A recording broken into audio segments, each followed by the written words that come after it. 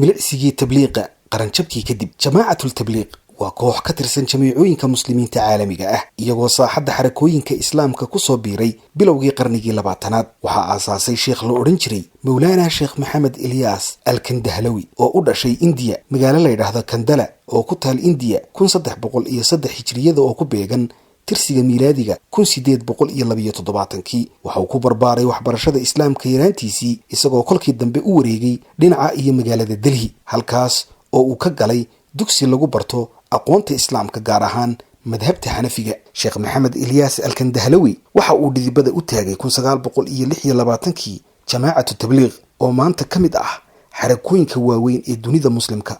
bilowgii tabliiqu waxay xoog ku lahaayeen dalkii mar loo yaqiinay jasiirad u ekaa indiya oo maanta u qaybsan dalalka bakistan, indiya iyo bangaladesh.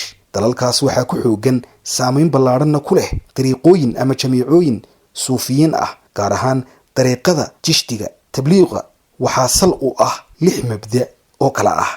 1. mabda'a koobaad waa kelima oo ah qirista ilaahay mooyaane in aan ilaah kale jirin oo xaq lagu caabudo. nebi moxamedna nabadgelye in xariisi korkiisa ha ahaatee yahay rasuulkii ilaahay. mabda'a labaad waa salaad oogidda. mabda'a saddexaad cilmi iyo digri. mabda'a afraad waa ikraam almuslim oo ah karaamaynta muslimka. 5. ikhlaas anniya oo ah niyad saafi ah.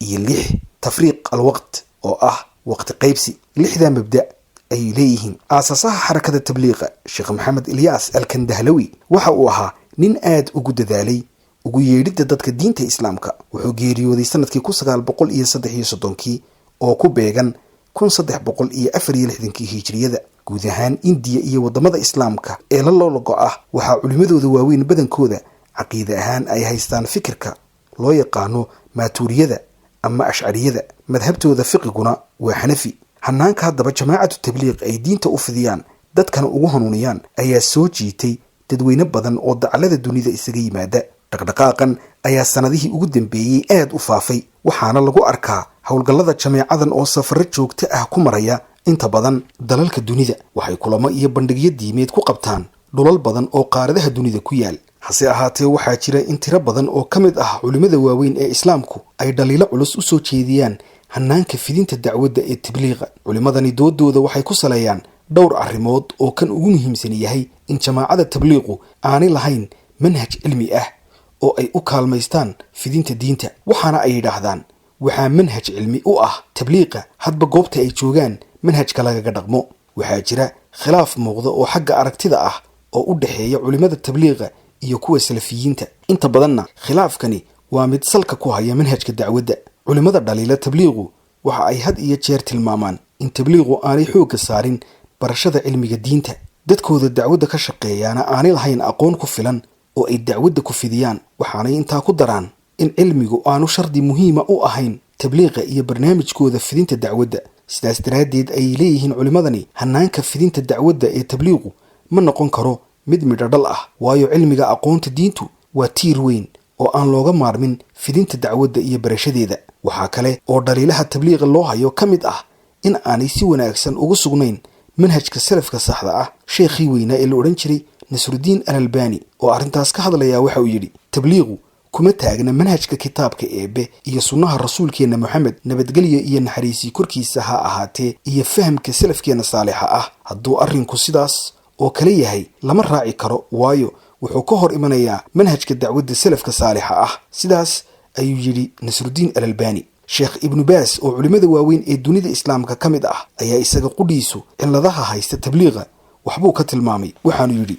sidan: qofkii dadka ugu yeedha diinta eebe waa gaadhsiiye diinta eebe sida uu rasuulkeenni moxamed nabadgelyo iyo naxariisi korkiisa ha ahaatee yidhi. dadka iga gaadhsiiya aayadba ha ahaatee. hase ahaatee kooxda tabliiqu waxay ku dhaqmaan khuraafaad, bidco iyo shirkiyaad. sidaas darteed lama raaci karo.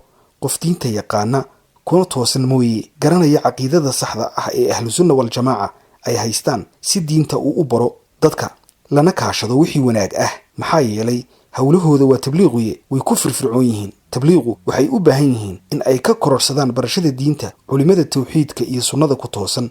waxaanu weydiisanaynaa in uu eebba dhammaan dadka diinta fahamsiiyo kuna sugo. culimmada kale ee dhaliilaha tabliiqa aadka ugu talax tegay waxaa ka mid ah sheekh fawzan iyo sheekh tuwejin oo ku dooda tabliiqu in ay yihiin suufiyad dadban oo diinta qaar ka tegaya. tabliiqu waxay aad ugu baaheen caalamka islaamka oo dhan, hase ahaatee waxay Soomaaliya si rasmi ah kooxdii ugu horeysay ee jamaacada tabliiq ah soo gaadhay sanadkii 1976. kooxdan oo ka timid Pakistan kolkii ay dalka soo galeen waxa ay degeen Muqdisho. runtii raad weyn ay jamaacadan cusubi durba ku reebeen dadka Soomaalida. kolkii ay Muqdisho yimaadeen waxaa dalka ku soo dhaweeyay Sheekh Shariif Sharafow oo deegaan ahaan ka soo jeeday Luuq oo gobolka Gado ah oo dhacda koonfur galbeed Soomaaliya. sheekhani ayaa ka mid ahaa dad aad ugu taxnaa ama xiriir la lahaa tafsiirkii quraanka kariimka ah ee Sheekh Maxamed Macalin Xasan ka marin jiray masjidka Sheekh Cabdulqaadir ee magaalada Muqdisho. Sheekh Shariif Sharafow kasakow culimada tabliiqa soo dhaweeyay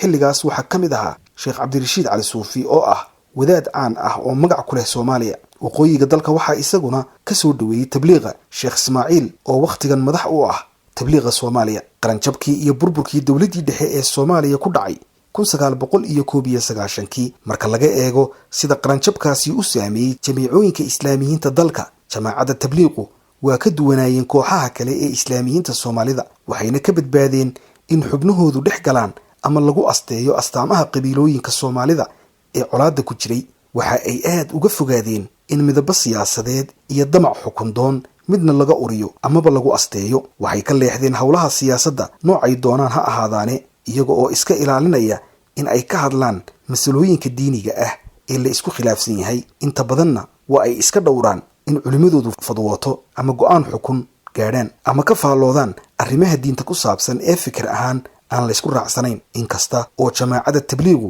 madhab ahaan ay raacsan yihiin madhabka Xanafiga, haddana inta badan si muuqata ugama hadlaan mana muujiyaan khilaafka madaahibta u dhaxeeya. sidaas si la mid ah ma farageliyaan mana buunbuuniyaan ceebaha jamiicooyinka kale, mana dhaleeceeyaan dabeecadaha iyo sida ay u dhaqmaan dadyowga kale ee kala madaahibta ah. taa beddelkeeda waxay isku dayaan in ay ixtiraam tusaan oo aanay faragelin arrimaha iyo dhaqanka qofka u gaarka ah, balse ay kala hadlaan oo keliya in uu jamaacada tabliiqa kala qayb qaato dadaalka baraaruga dacwadda. fikirka uu doono diinta ha ka haystee, kooxda uu doonana ha raacsanaadee. si qunyar socodnimo ah oo dabacsan ayay ula dhaqmaan dadka dabaqad kasta oo ay ka tirsan yihiin. tabliiqu dhexdooda ma muujiyaan kala sarrayn ama in ay xagga nolosha ku kala duwan yihiin, hadday tahay xagga culimada tabliiqa iyo hadday joogto dadka la hanuuninayo ee jamiicadu la macaamilaysaba. tabliiqu waxay caan ku yihiin sida dabacsan ee ay bulshada u dhex galaan, siiba bulshada qaybaheeda hoose. waxa ay degaan meeshii ay doonaan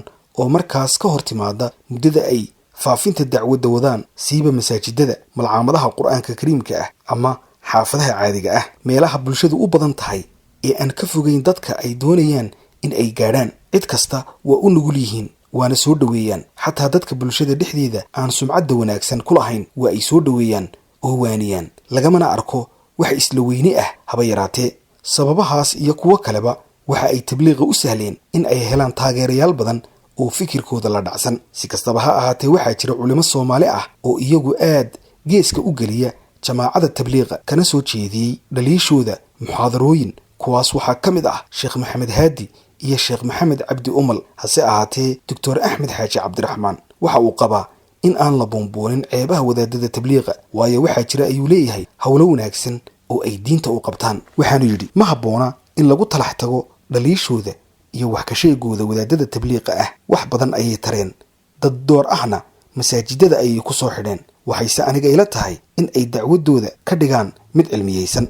sidaas ayuu yidhi. xeeldheerayaasha diinta islaamku waxay mararka qaarkood xusaan jamaacada tabliiqu in ay si habboon oo cilmiyeysan aanay isugu dheeli tirin fulinta labada qodob ee kala ah al-amru bilmacruuf wannahyu can ilmunkar, oo ah reebidda xumaanta iyo faridda wanaagga. qaabka loo dabaqo tawxiidka ayaa iyana la cileeyaa. aqoontooda diinta la xidhiidha oo yar darteed ma xoojiyaan ayaa la yidhaahdaa barashada cilmiga diinta, siiba fiqiga ama axkaamta. si kastaba ha ahaatee tabliiqa waxaa lagu ammaanaa sida fudud ee ay dadka u hanuuniyaan, wakhtiga badan ee ay geliyaan fidinta diinta, iyo sida ay nadiifta uga yihiin ama uga fogaadaan arrimaha xasaasiga ah iyo fikradaha laga yaabo in la isku khilaafsan yahay. waxaa aad loogu ammaanaa oo ay ku wanaagsan yihiin dhanka tarbiyadda, ku xidhnaanta bulshada iyo u soo dumidda mujtamaca dhinaca goobaha khayrka lagu hayo sida masaajidada.